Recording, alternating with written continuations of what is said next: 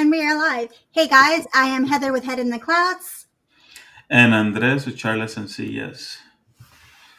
and this is Real Talk. And today we have a really cool episode. I'm gonna let Andres get into explaining what we're gonna talk about today. Nice, nice. Man, Heather, I'm happy we're back. That weekend just went by too fast, right?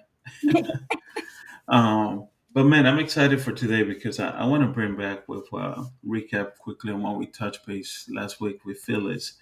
And Phyllis reminded us that our stories matter, uh, and that we build, and what we build, what we overcome, and what we share can become someone else's survival stories, right?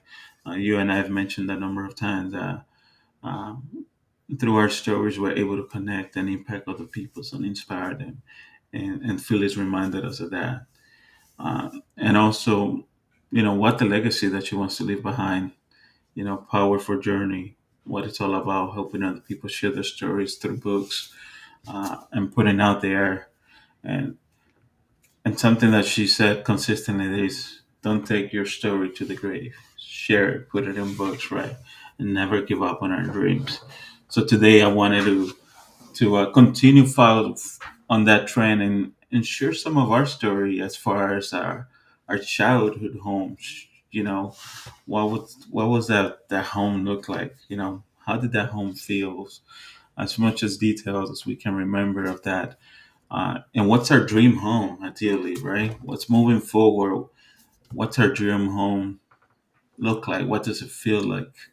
Uh, and what do we want to leave in that legacy with that home and for our kids, right?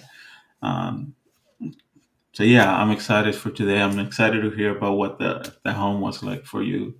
And I'm in the process trying to remember the different homes because trust me, I moved like every year after I was 7, so I have so many different houses. So it's fun. It's gonna be fun. I'm excited for that, and I'd like to get the audience in here about what their dream home is like. What their childhood home was like. Um, and if you're a client looking into new property, what does that dream home look like, and is that the legacy, the home that you want to leave to your kids and pass on and create those memories? Because oftentimes it's forgotten, right? Or not taken into consideration of the details, all the memories that happen there. So I'm excited to hear some of your stories and share some of my stories here, Heather. Well, I moved a lot. I have many different homes that I have lived in. So I'm trying to decide which ones were like the ones that stand out to me the most. What about you? How many times do you think in your entire life you've moved from house to house? How many houses have you lived in? Too many times. I got to tell you, as a kid, I went to let me see, I went to three different high schools.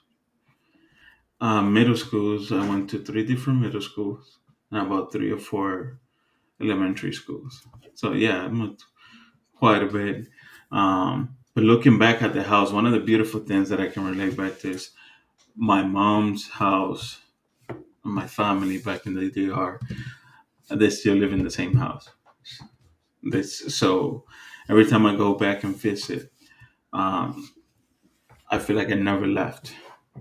I still look at the things and some of the details. Trust me, and the street have changed so much.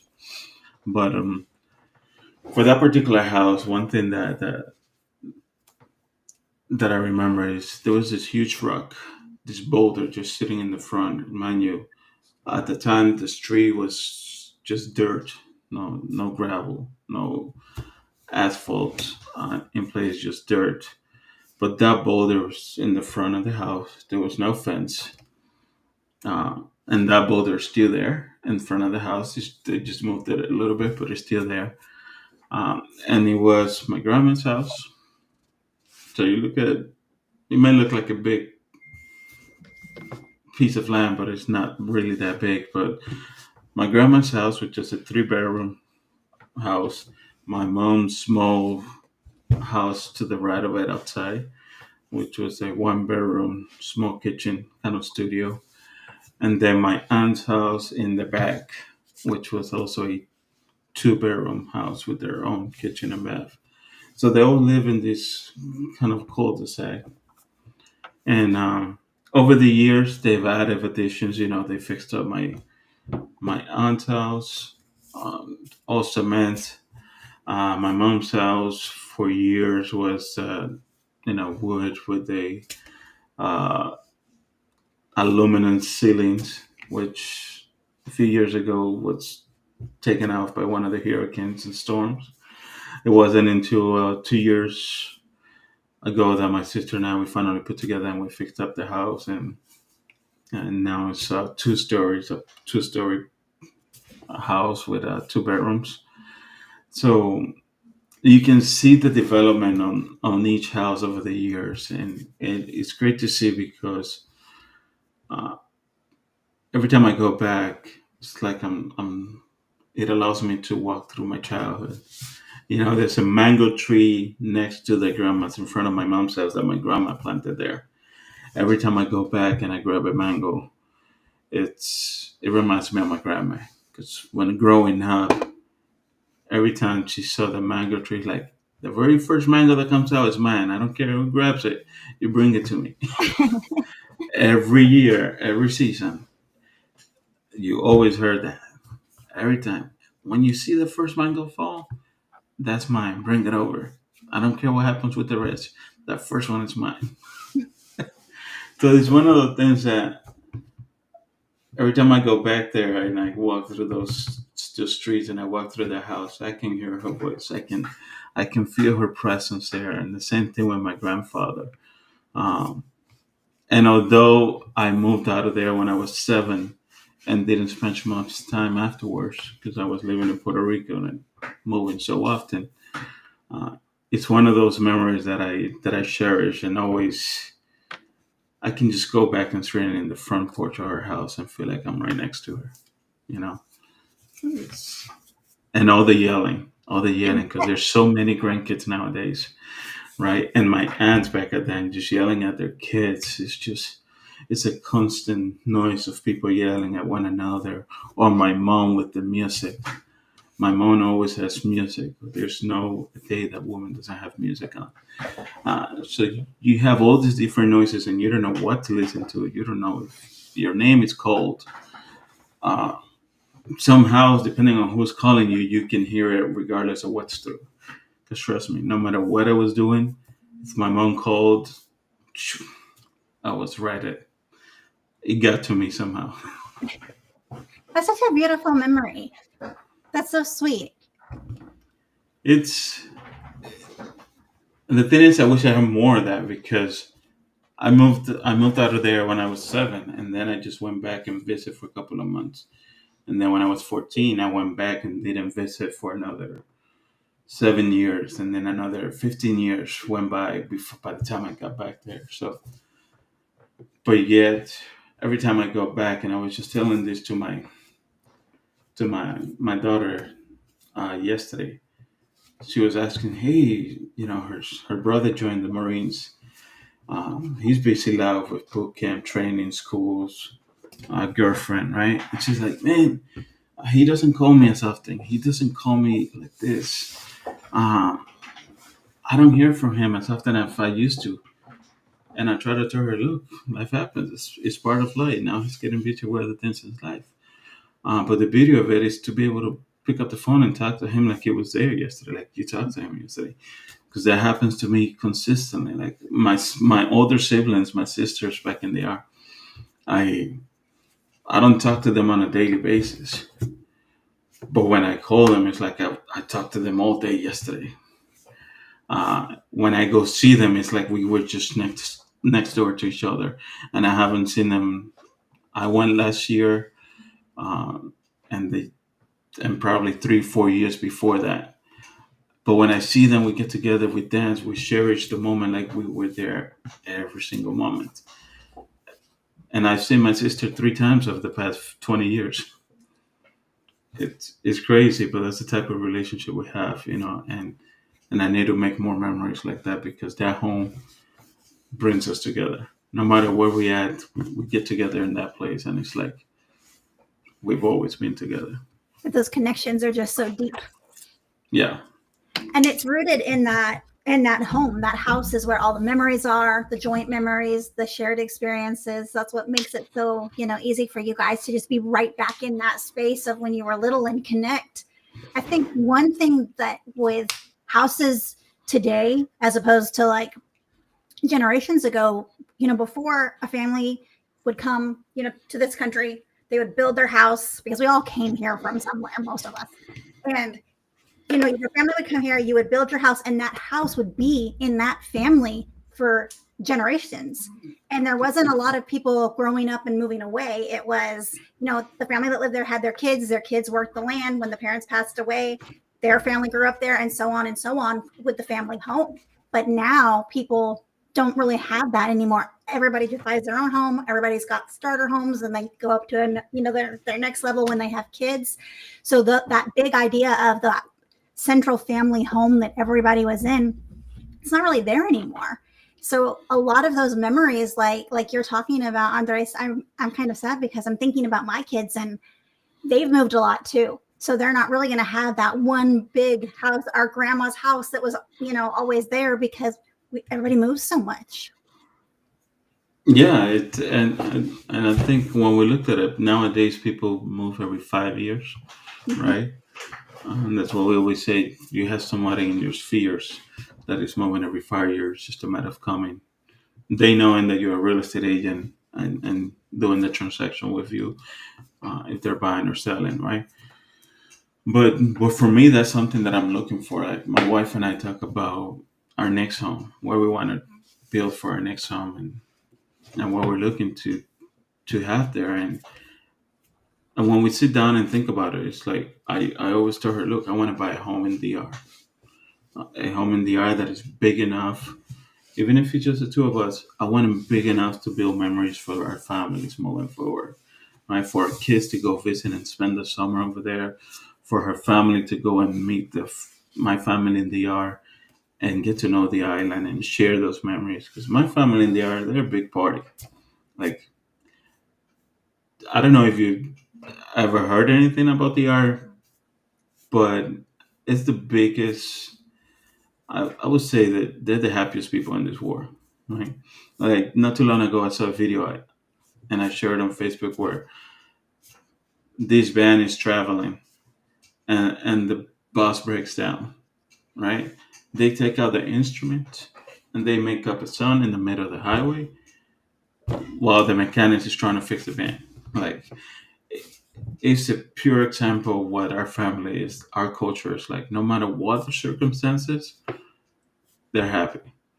And every time I have a moment to enjoy the family I have in the art, uh, I do so because it can completely erase anything that you're going through. No matter what's going through your head, no matter what's going on in your life, you just don't remember anything. You just leave it off the table and you enjoy and embrace that moment and enjoy the happiness. Uh, Trust me, people over there, they don't live under the best circumstances whatsoever, but they're the happiest people you're gonna see. And I love that about my culture. I love that about my people, and I want to bring that to my kids. I want to bring that to my family and my wife's family, so they get to see that and they get to experience that on a yearly basis. Get a dose of that because I've been living here since 2000. I don't know my neighbor's name. Like even now, I don't know my neighbor's name. I live in an apartment complex in San Diego for 10 years. I didn't know the neighbor's name. You know, um, and it's not that it's like that everywhere, right? And of course, there's more neighborhoods and more community, close community you get to know. I'm not saying it's like that everywhere, but that sense of unity and culture is lost in so many areas. And when me personally, on my next home, I want a place I can do that. I want a place I can, you know, just step outside and yell at my neighbors, "Yo, let's go, let's do this." let's a barbecue. Let's do something. Um, and I know over there's that, but even here, I'm looking forward to being able to do that. Getting a home where we can do that uh, and build memories with the people around us and our families. And sometimes that gets overlooked. It does. I think, it just comes down to community. Like you said, I've lived in some homes where there was a really strong network of neighbors, and we knew our neighbors. We all played together as kids, and we would have, barbecues on the street and things like that, block parties. And then I lived in other homes where like you, I didn't know the neighbor's name. They never really came outside, didn't really talk to them. And it's interesting just the difference it can kind of make in how you feel about the home and how connected you are to the home. Living in so many different homes, I don't feel connected to anyone. I've been thinking about it while you've been talking, and I really don't feel like I have one house particular that I felt more connected to. There is one house that I was not connected to. I'm not going to go into that story though. But the rest of them, I mean, they were just kind of, houses, places where I lived with my family. The home that I had the most memory is actually like you're talking my grandma's too, my nana's house. I have a lot of memories of going to my nana's house. And I think probably because it was an older home, it was more rooted as like the actual homestead place where everybody grew up, my mom and all her siblings. And for my dream house is I want a house that is nothing like the modern stuff they're building now. I want something that looks like an old Victorian haunted mansion. The more haunted looking, the better. That's what I love. Very old-fashioned antiques. The ghosts can be there. I don't care. They can move over. Like, we'll be roommates because I love the houses if they look like they're haunted. You want the Adams family home, huh? Oh, I would 100% love the Adams family home. That would be like ideal. I was going to ask you, was there ever a time you walk away from a home or you move away from a particular home, um, and how did that shape you? Were you upset? How did that go? There was a home that I walked away from because it was the end of a chapter in my life, and I was very happy to leave that home.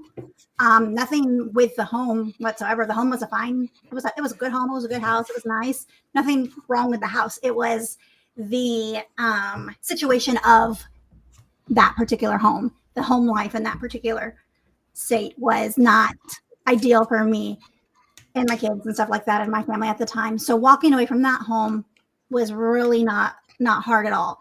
I think the one that was probably, I don't want to say like the hardest to walk away from, but made me the saddest was actually an apartment. It was the first apartment that I had on my own when I lived in California.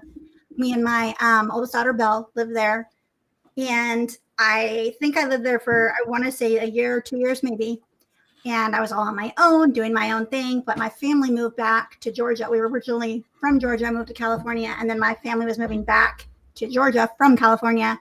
And I didn't want to be by myself in California without, my mom, my dad, and my sisters and brothers. So I was like, okay, I'll move back to Georgia with you guys. So I had to give up my first taste of like independence with my own place and move back in with my parents temporarily when I got to Georgia. Cause obviously moving across the country at like 20 is hard to do.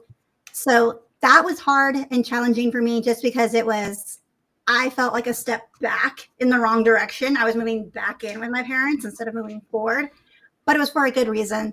But that would probably have been the house that was the hardest to leave. Yeah. What about you? Do you have one that was exceptionally?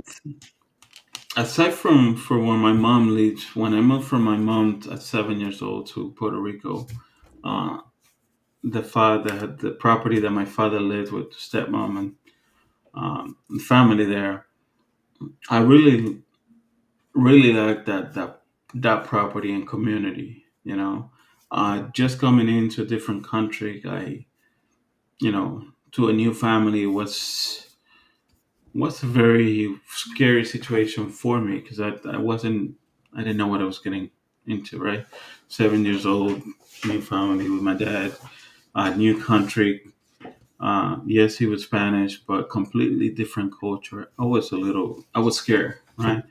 But right away, I felt comfortable in the property because there was a lake on the back of the house. I learned how to fish there. Many memories with my dad, just learning how to fish right there from the backyard. Um, Property was beautiful. The owner lived on top of us on a studio on a one bedroom apartment with his wife, and he rented out the three-bedroom property to my dad and the family. But I think it was the relationship that I was building there because right away I got, like we said, it was a community base, a very safe community. I have some friends that we were going to school and we got together after school just about every day. You know, that I missed that because I started growing. I got comfortable right away with them. And then there was a huge park across the street that we used to go in there, ride bikes, play basketball, play baseball, go fishing. It was just a lot of great memories in that regards. And then 2 years in or a year and a half in, um, I wasn't getting along with my family there, my stepmom and things like that. That's a whole another story. But then I went to live with my aunt for the next 2 years, and it was completely opposite neighborhood. Where on the other one, I was always outside playing, having fun.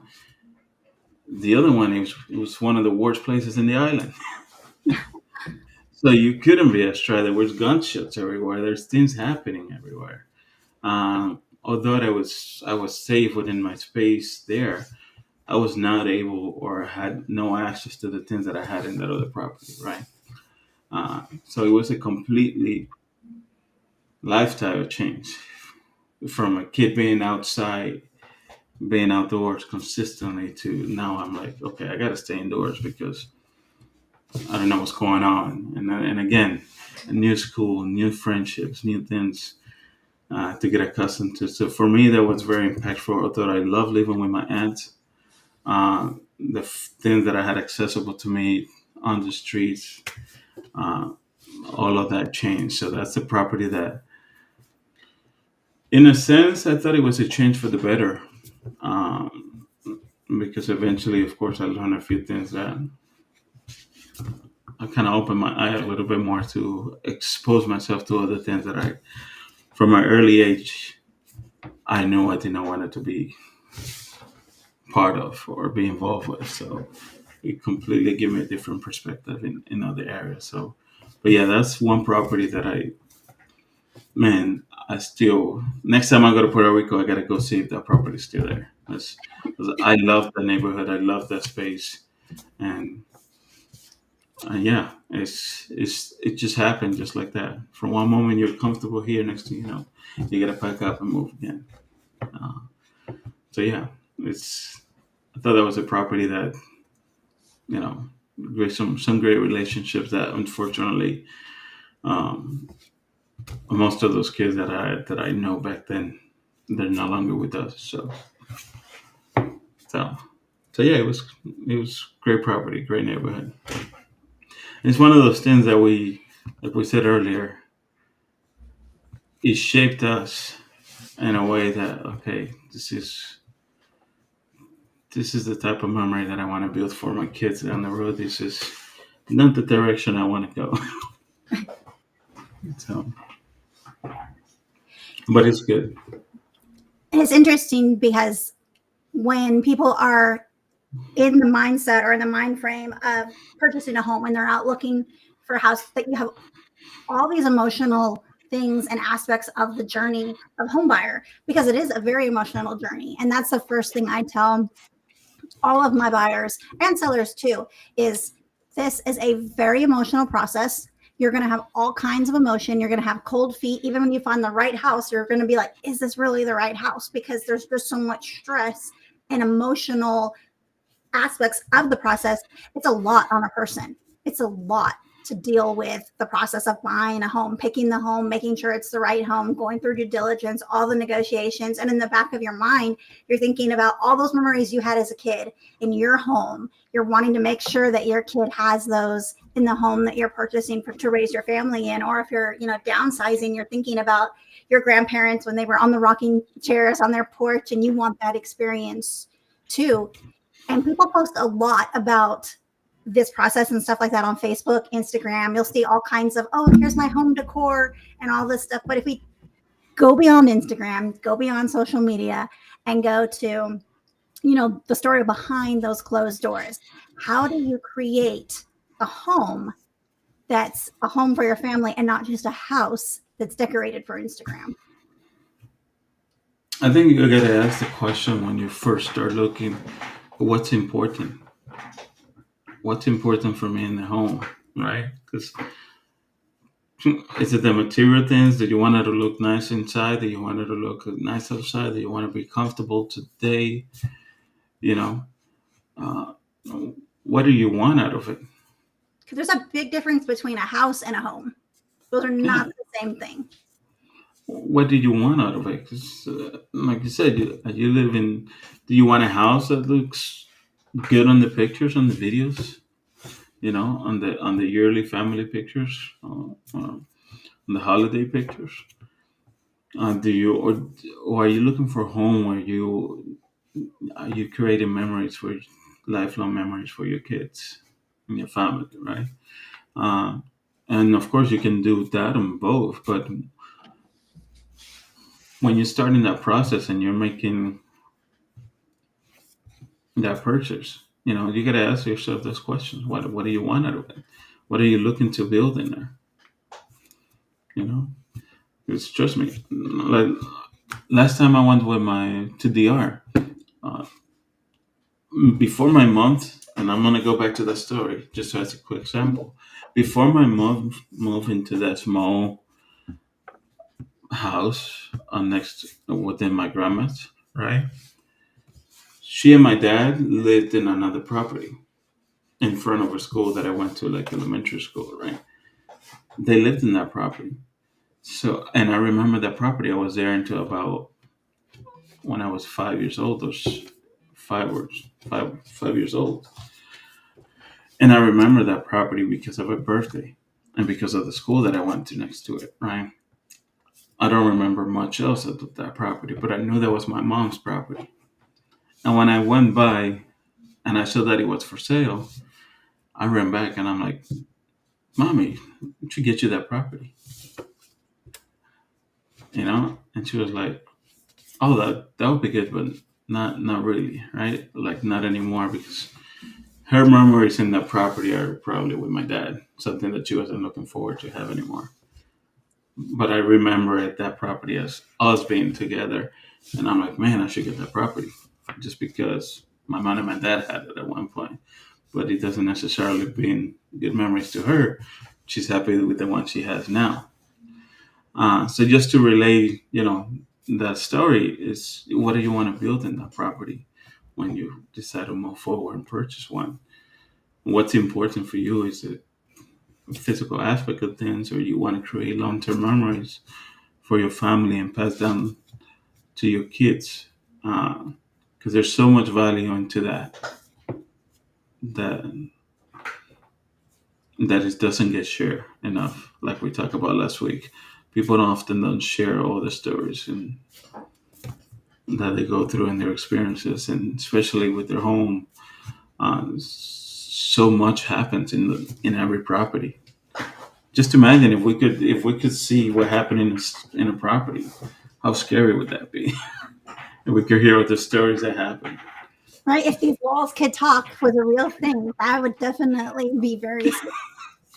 Like Big Brother style. Like remember on MTV used to have like Real World and all of that. And if there were cameras, well, there are cameras everywhere now, but thankfully everything's not blasted for everybody else to see. Right. But I think it's important to ask that questions. What's important for you in the home buying process and your property? Is it a short term property house that you want to buy, and then put yourself in a position to buy your dream home?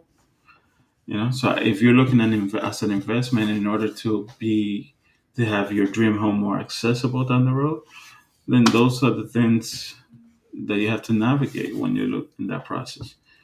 Um, Sometimes people think they're getting into the dream home, and like you said earlier, they're selling it 3 years down the road.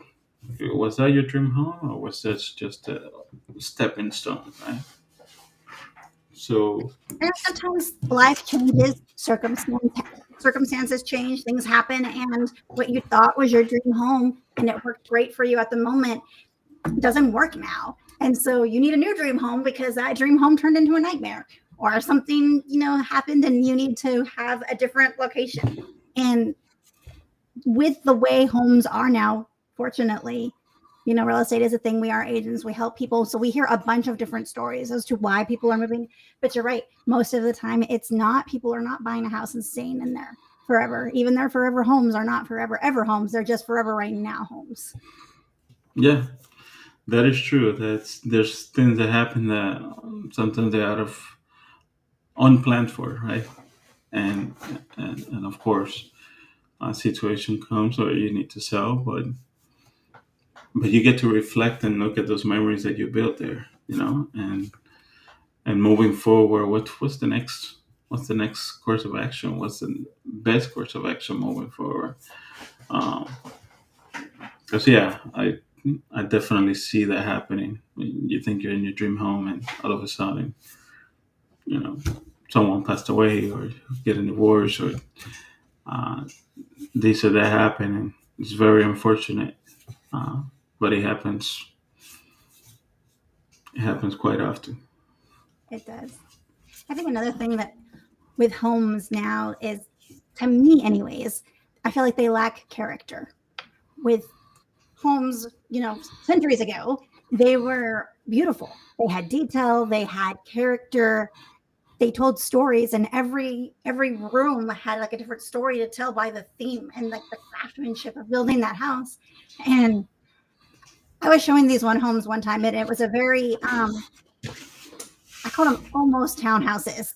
They weren't townhouses, but they were almost townhouses because they were like one right after the other. I swear you could put your arms out like this between the two houses and touch either side of the houses.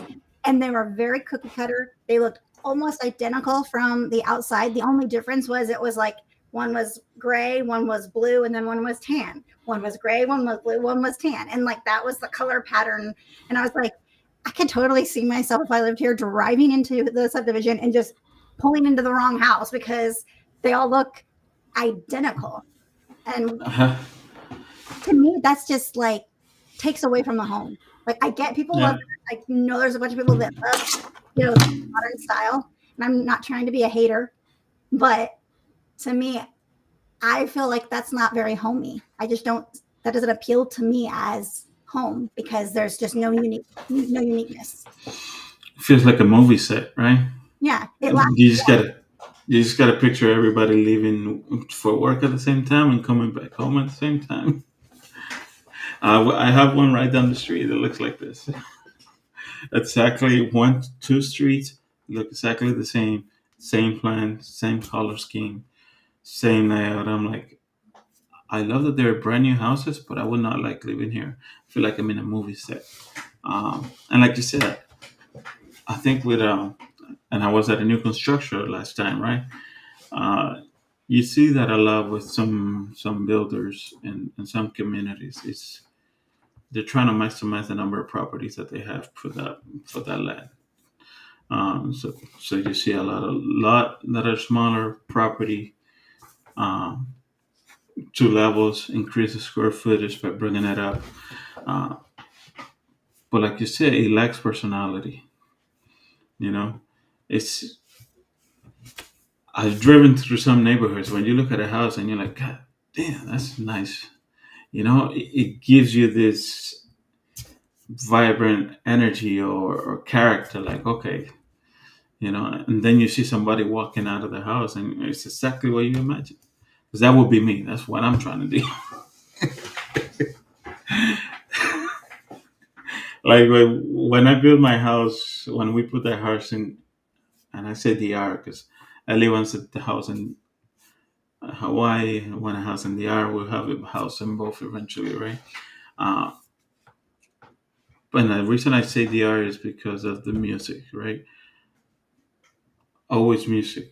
You see people dancing on the street over there at all times. Like they hear music, they start dancing. That's me everywhere I go. Like sometimes you see me singing or dancing, and I'm like, man, I have the music in my head. That would be my house. You see my house, there's music, and next thing you know, I'm walking out of the house dancing. You're like, yep, that sounds like a party all day, every day. So, but it's one of those, the houses they lack character. They're just simple, basic, and we need more of that. We need more characters. We need more unique um, properties out there. I was gonna say simple, basic, and expensive because they're still expensive. They're not Oh any. yeah, too expensive in some areas. We were talking about that on a different episode where the placement of a home can drastically change the price. It'll be the same exact home, but you plop it down in different areas and it's going to be drastically different price. Yeah, so I have it right here. I have same developer has same homes in different markets here, 20 minutes apart, and you see the price difference in some of them is 20, 30,000, 40,000 difference in some of the properties, and it's the same developer, same properties, um, and it's all with the location. Location, location, location. Something that I always heard before I got myself into real estate, and now it makes sense. uh, but yeah, there's one of those. It's location, but again, you got to ask yourself what's important. Because something we've talked about with Sean a number of times is sometimes that unicorn property, your ideal home, it's right outside the location that you want. You know, it's cheaper, it's more accessible, it's more affordable, right? And it's just a matter of right outside, walking that county line, and boom, you have that property. Uh, so it's asking those questions. What's important for you, and are you able to compromise in some areas to make that happen or have the dream home? So, because right now I'm gonna be selling my brother's property. Uh, Nice property, 3,500 square feet. Um, he's not happy with it because of HOA and the community wide. And I'm sure he can find the same type of property without HOA within 2 miles, with more character, and probably at a around the same price range or even cheaper. But it's just a matter of being able to identify what's important for him. No longer the HOA or having those things in place. Um, you know, it's not something he's looking to happen. Things change, perspective change. What he thought was his dream home, that is no longer the scenario. And like we said, now that he's growing a family, that image of what the dream home looked like changed. It shifted. So yeah, things happen, but it's important to always be aligned and asking yourself those questions when you're looking to buy a property. And it's also hard from the seller's standpoint of selling a home. Sometimes, like I said, circumstances changed and now the dream home that they loved, they're being forced to sell. Or, it's not necessarily a forced thing, but it's a home that they've cherished, they've loved, and now they have to sell it. And so they're having strangers come through their house, tour their home, and then, bid on their home to see if, they're the ones that are going to get the house. It's sad because I've worked with so many sellers who are rightfully so very emotionally attached to their house. And I just did something to the screen. I have no idea what I did. I don't know how I did that. Let's see if I can. Nope, made it worse. um, there we go. But they're very emotionally attached to their home, and I've had to walk them through the process of, you have memories here, you love the home, we understand that. However, the buyers that are coming through, they want to love your home, they want to be here too, they're going to put in an offer on your home, and then you go through the process of the amendment to address concerns. And some sellers definitely feel like that's a direct attack on them. And for people who are listening who don't know what that is, when a buyer puts in an offer on a home in Georgia, at least, you have a window of time, which is called your due diligence period, where you do your inspection. And when your inspection comes back, what they do is their agent will come up with a list of things that were found wrong in the inspection and send over what's called the amendment to address concern to the listing agent. And this is a list, an itemized list of things. Hey, I still want the house, but this, they all need to be fixed. And we want you to pay for it most of the time before we want to move forward with this deal.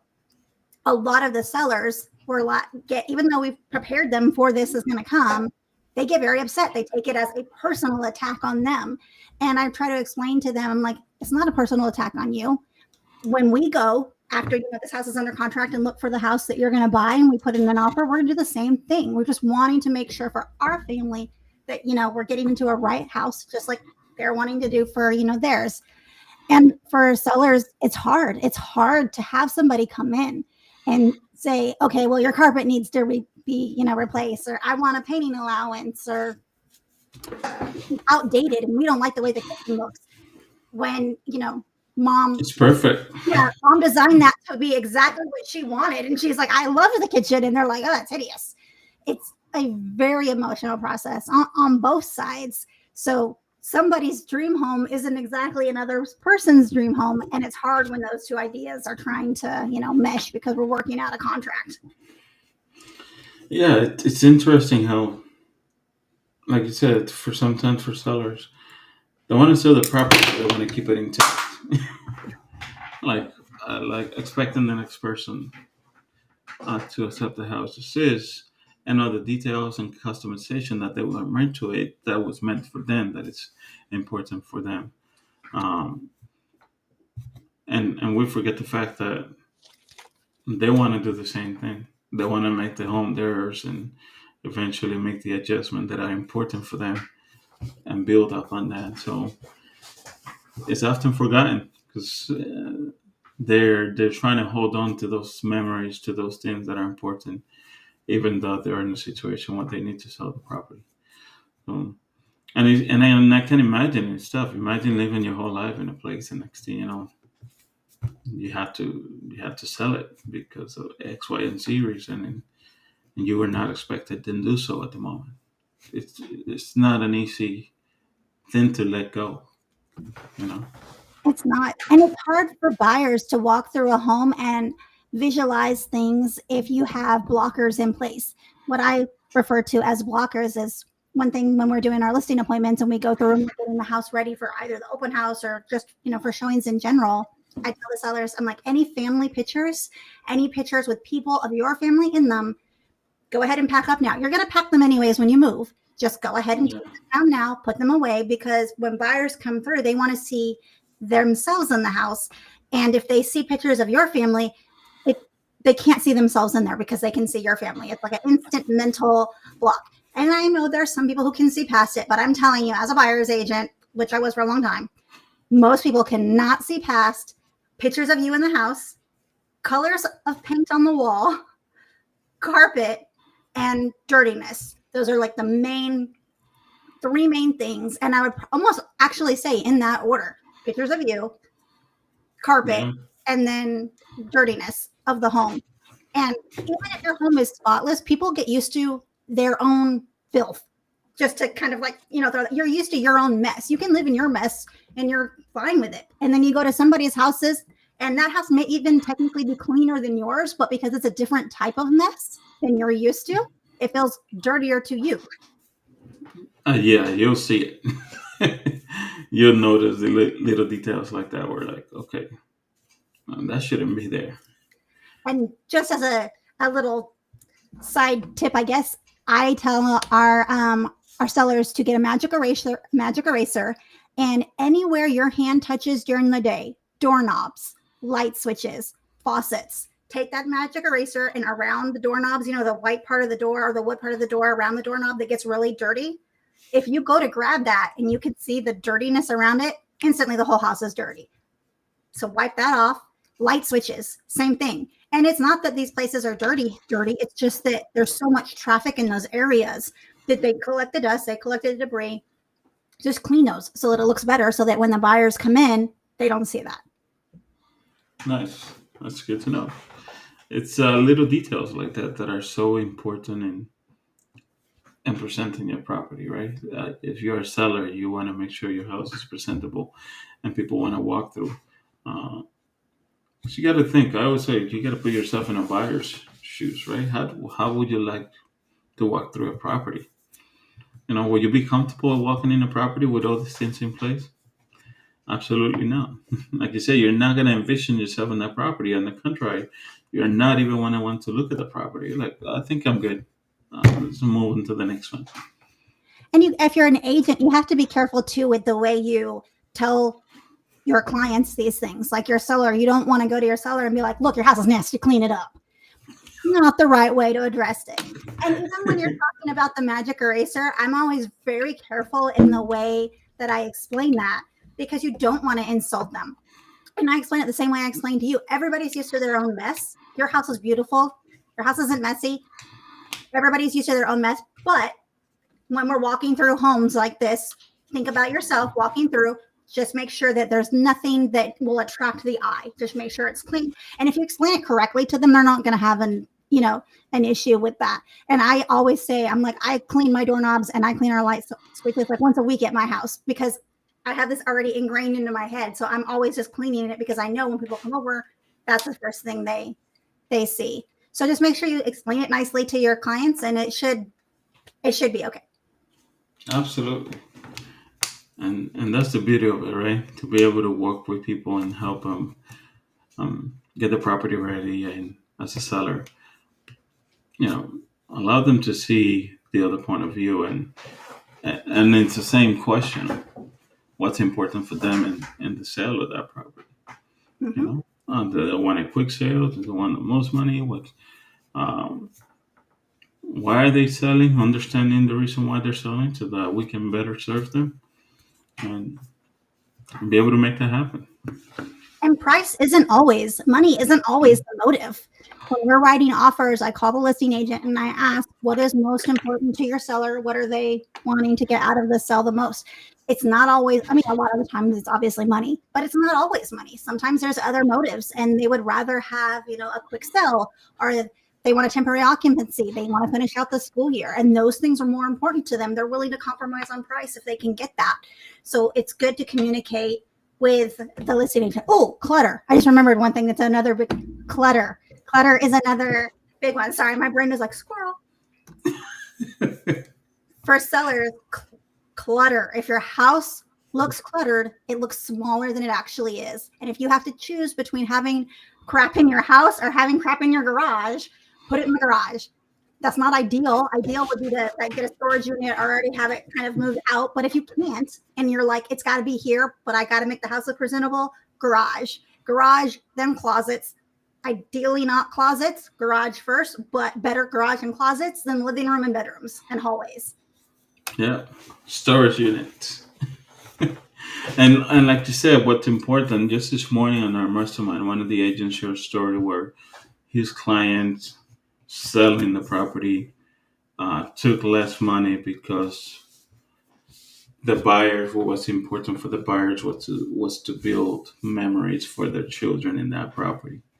They got to hear that from the buyers, and they were open to getting a lower price offer on the property that they wanted to, because they have grew up in that property. Their family grew up in that property, and the new buyers were looking to do the same, and they were like open to the price reduction, just to help them out. So the little things like that happens here and there, but it's important understanding, the reason behind the buy and the sell. Um, but this is great. This is I love. It's like we were talking yet last week. Stories matter. They have an impact, right? Our stories have an impact in in how we do our business, right? Because we're able to relate our experiences with our childhood homes, our experiences with buying and selling into how we do our and handle our business, right? And we're asking these questions when we're working with clients to see what their mindset is, understand what their mindset is to better serve them. Um, but because of our stories and the stories that we share, things that we have experienced, um, a lot of these things come into perspective in how we do the business. And they're so impactful. Just imagine, if you ask somebody that question now, do you think that they're going to approach their home buying a little differently? Yeah, I think so. I think if you well, there's two aspects of it, right? So there's the functionality. Is that a word? I think that's a word. Functionality of the home, and then there's the emotional aspect of the home. So you have the two different sides. Do you love the home emotionally, and will it work for you and for what you need? Like I've shared the story about the family that was like both in-laws are moving in with them, so they need a ranch with no stairs, and then they're like, oh, we found this 3-story beautiful house, and I'm like, that's not going to work for you. So They it's love the house. it's all about finding what you need and you love to make your stories.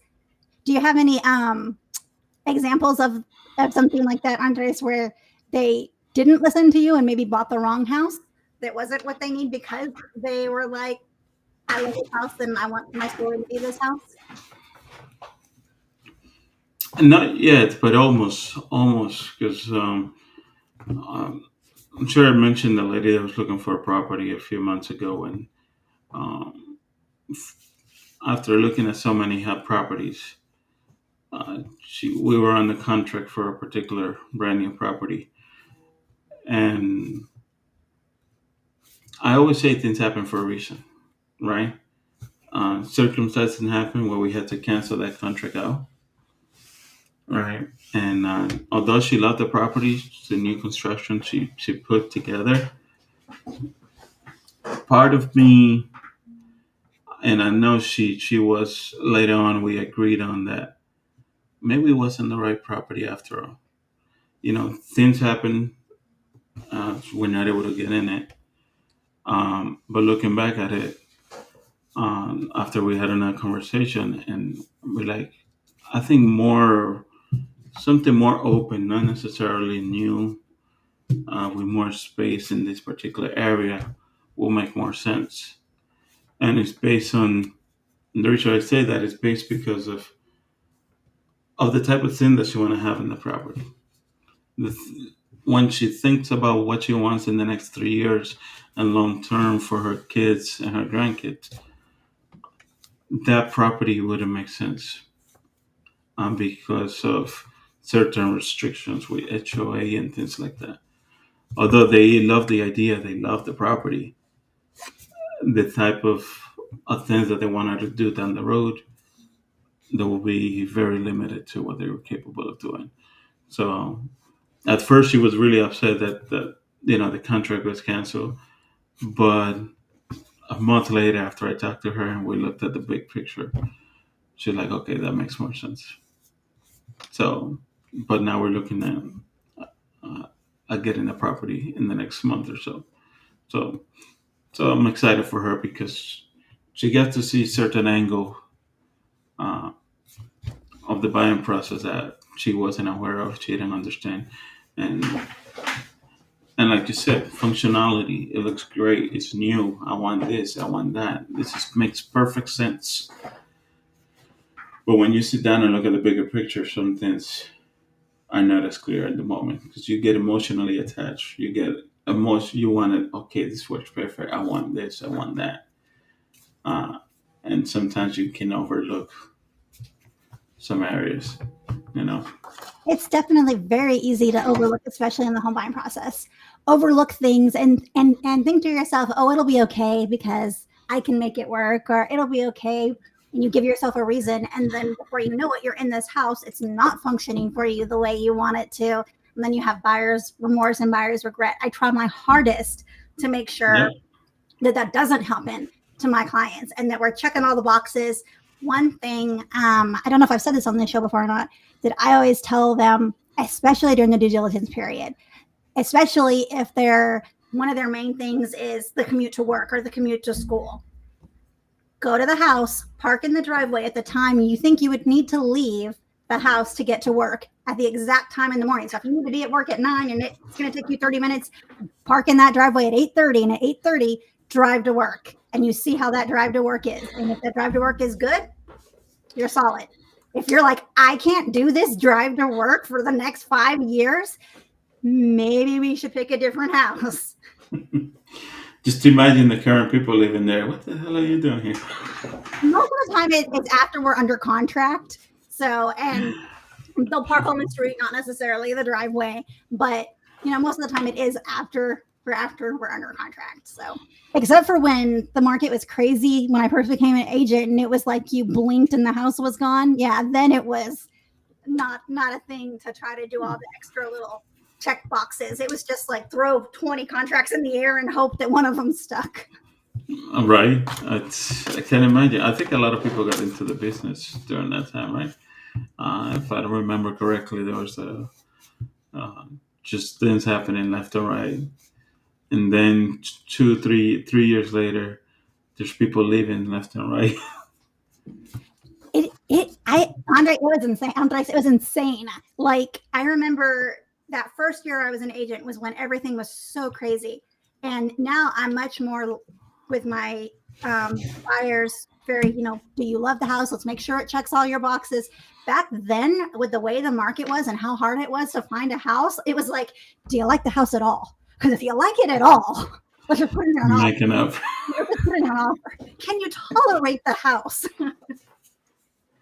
It was like, look, you need to get in there, or you're not getting a chance, right? Yeah, it really was. And fortunately, we were able to find all of our buyers homes that they love, and they were very, very happy. And they weren't always their first pick, but they did end up loving. And that's why I was like, now, if you hate the house, don't put in an offer, obviously. But if you like it at all, let's put in an offer so that we can get you something. That's crazy. That's crazy. I wasn't an agent back then, so but I got to. I put the house I'm in, and during that time frame. So yeah, I I remember being on the buyer sign, and we liked a couple of properties. We're like, oh, it's off the market. Off the market. Okay, let's pick this one. So yeah, I can imagine how it was, and especially and for buyers, how uncertain things are. Like, you like a property, you think about it. There's no moment. There's no time to think about it. So you really have to do your due diligence beforehand. Ensuring that, okay, you like the neighborhood, you like the area, you're familiar with those things. Because if the property comes available, you got to jump on it. Luckily we're not in that situation right now. We have more time to take everything into consideration and work with. But that's what I was just going to say. I'm so glad that we are not in that market. I mean, every market has its challenges. Obviously, this market has its challenges as well. However, I still think this market's better than that one, because that one was just crazy intense. So, from an emotional aspect, I think this is a better market because it's not as high stakes, high intense as that one was. You would have a lot of buyers that would get discouraged. But that tells you, right? As a buyer, now people you hear people, oh, I'm waiting for the market to go down. I'm waiting for the perfect time. Some buyers will say that's the perfect time, and at the same time, that's the nightmare time, right? Because they cannot find the property that they want. So think about that for a second. A market like that, people are like, no chance of getting the property ideally, because if you're not ready to place an offer, the property is off the table. And if you place an offer, it's not necessarily accepted because there's plenty of other options. So, what is the perfect time? Now people say now the interest rates are too high, and you can certainly buy your own the property of your dreams. But what is the perfect time? There's no such thing as a perfect time. It's when you buy it, it's perfect time, right? Yep. So there's way to get it done. Just make sure you have people around you that will help you and guide you to make that happen.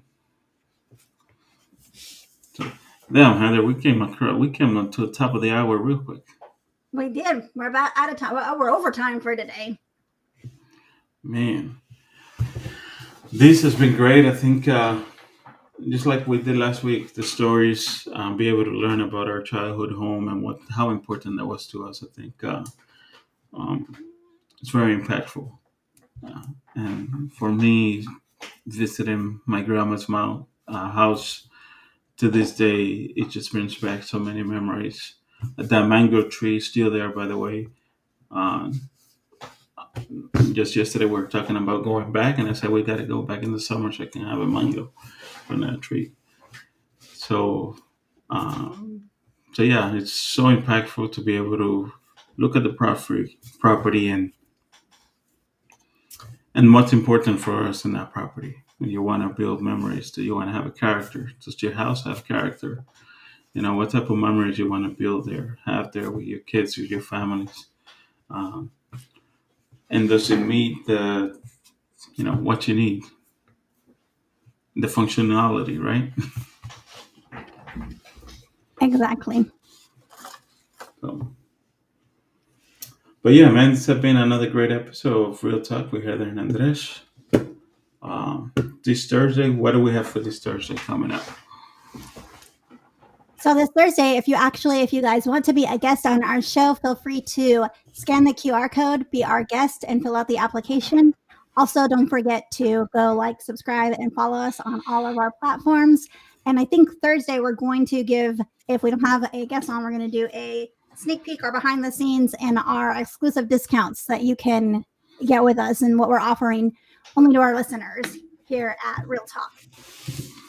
Absolutely. And I gotta say, check out our website, realtalkha.live, for discounts on CE Shop. And continue to follow us and join our communities. And that's it for us today, guys. Thanks so much, and we will see you